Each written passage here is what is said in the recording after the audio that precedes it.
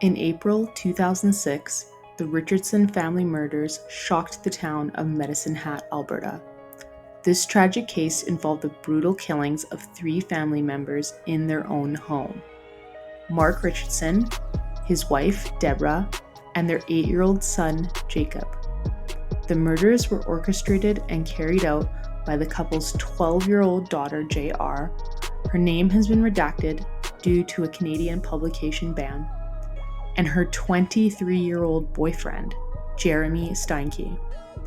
Their relationship, marked by gothic subculture influences and fascination with dark themes, Steinke would later claim to be a 300-year-old werewolf, was strongly opposed by JR's parents.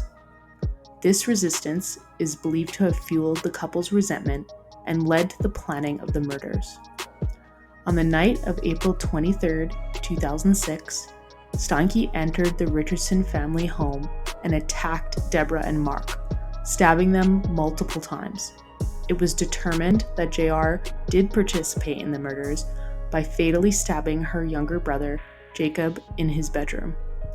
Evidence suggested the killings were premeditated, with Steinke and JR exchanging online messages discussing their plans in advance.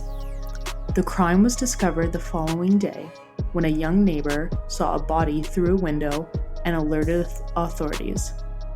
JR and Steinke had fled the scene but were arrested the next day in Leader, Saskatchewan. Both were charged with 3 counts of first-degree murder.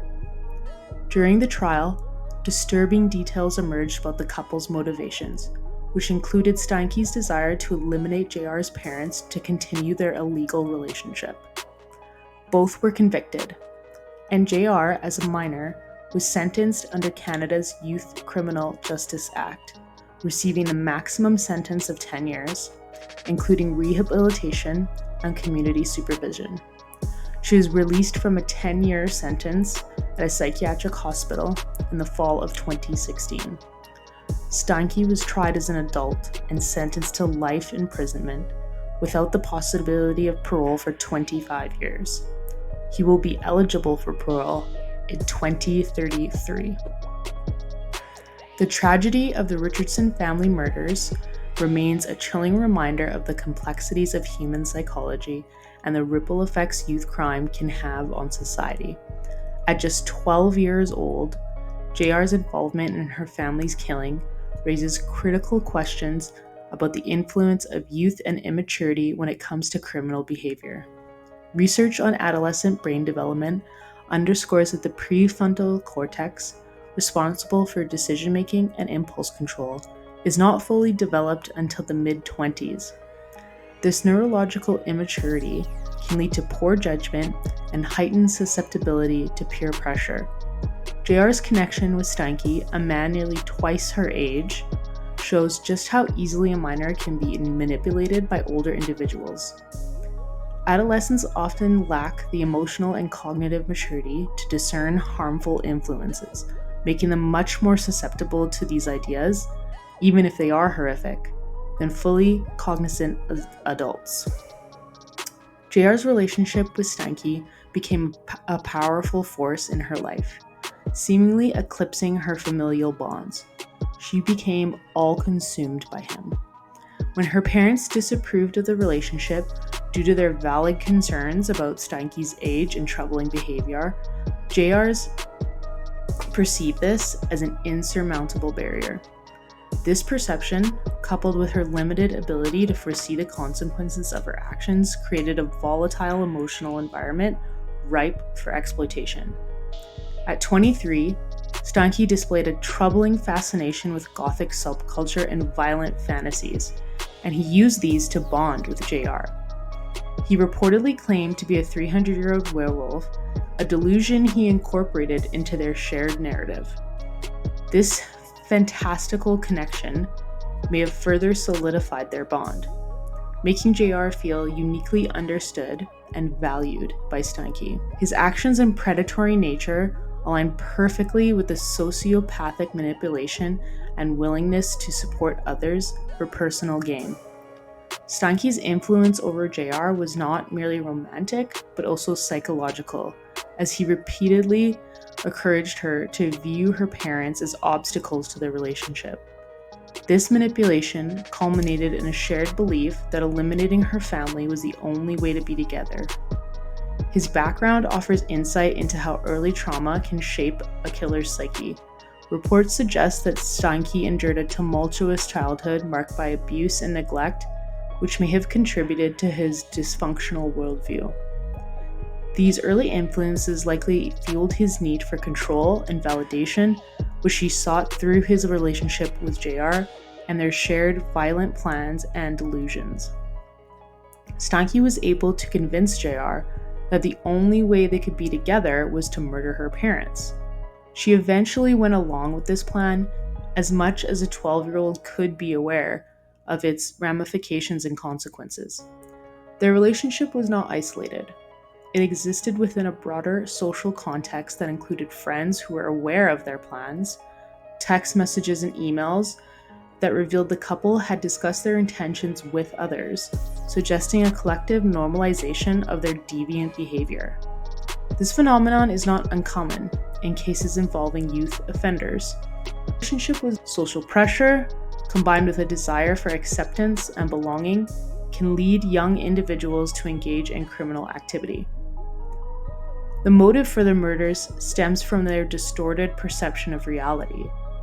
Viewing the parents as obstacles to their relationship means that they rationalize their deaths as a necessary means to achieve freedom. This justification reflects a blend of youthful impulsivity, emotional immaturity, and Steinke's manipulative reinforcement of their shared narrative. It demonstrates just how easily a shared delusional belief system can escalate into a tragic outcome. The murders also reveal the dangerous interplay between fantasy and reality. Both JR and Jeremy engaged in violent fantasies that likely escalated over time, bridging the gap between thought and action. Their shared obsession with their subculture and Jeremy's 300-year-old werewolf persona provided a framework for their distorted worldview.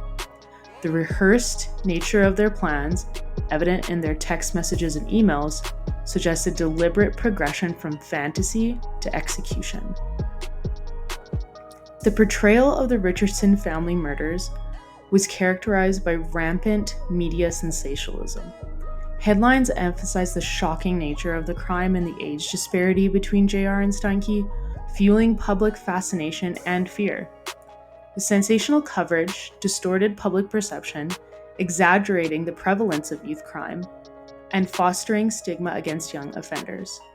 Such portrayals often prioritize emotional reactions over informed discourse, leaving long-lasting misconceptions in the minds of the public about the nature of youth crime. The emphasis on her age and Steinke's werewolf persona, while attention-grabbing, detracted from deeper discussions about the societal factors that contributed to the tragedy. As such, the murders sparked widespread outrage, particularly concerning the perceived leniency of JR's sentence under the Youth Criminal Justice Act. This response heightened the societal tension that has long existed between calls for punitive measures and the recognition of rehabilitation as a cornerstone of juvenile justice. The case ignited debates about the effectiveness of youth sentencing laws, with many advocating for stricter penalties for youth offenders involved in violent crime. Community dialogues around safety and youth behavior also gained prominence. Parents, educators, policymakers, and lawmakers grappled with questions about how to better protect minors from harmful influences and prevent similar tragedies. The enduring media interest in the Richardson family murders has had a lasting implication for those involved. The victims' surviving relatives faced heightened scrutiny, with invasive coverage often reopening old wounds and hindering their healing process. For the Medicine Hat community, the case became an indelible part of its identity, casting a shadow over its collective memory. High-profile media coverage can also complicate the legal process by shaping public opinion and potentially biasing jurors.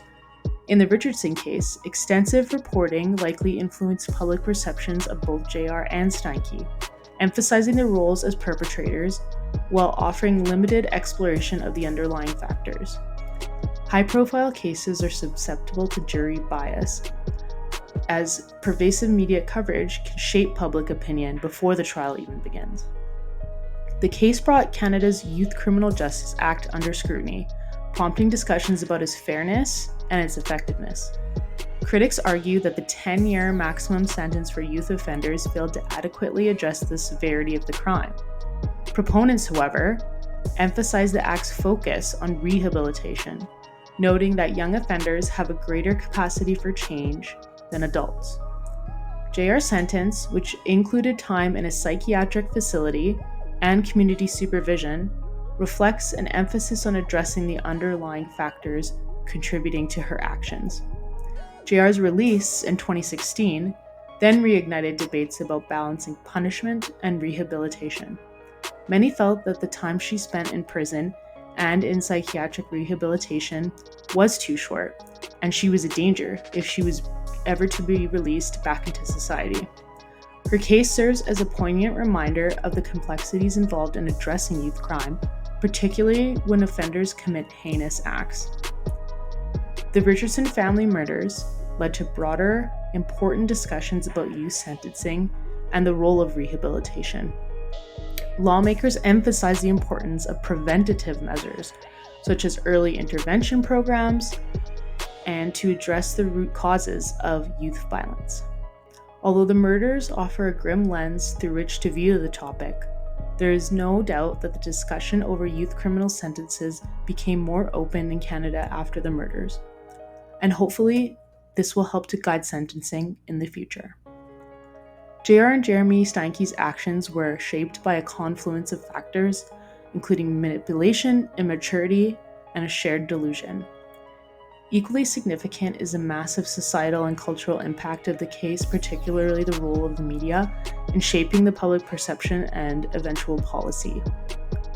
The sensational coverage of the murders amplified fear and stigma, while debates about the Youth Criminal Justice Act highlighted the tensions between punishment and rehab. Ultimately, the tragedy serves as a call to address the systemic factors that can lead to such devastating outcomes. Thanks for listening to this first episode. If you enjoyed, please click subscribe, and I'll see you soon.